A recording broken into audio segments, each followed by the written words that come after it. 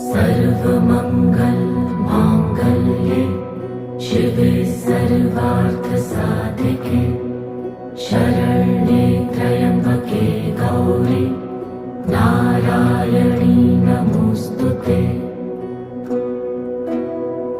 या देवी सर्वभूतेषु विष्णुमायेति शक्तिता नमस्तस्यै नमस्तस्यै नमस्तस्यै नमो नमः।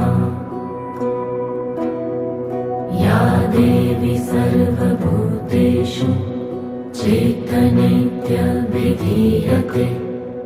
नमस्तस्यै